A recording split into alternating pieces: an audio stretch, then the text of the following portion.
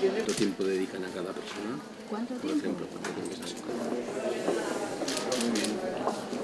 La secuencia, consejero.